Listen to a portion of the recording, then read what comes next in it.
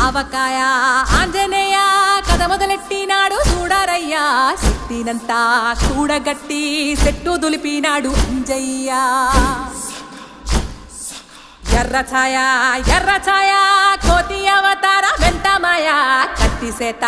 పట్టకుండా కాయ కోసినాడు కపిలయ్య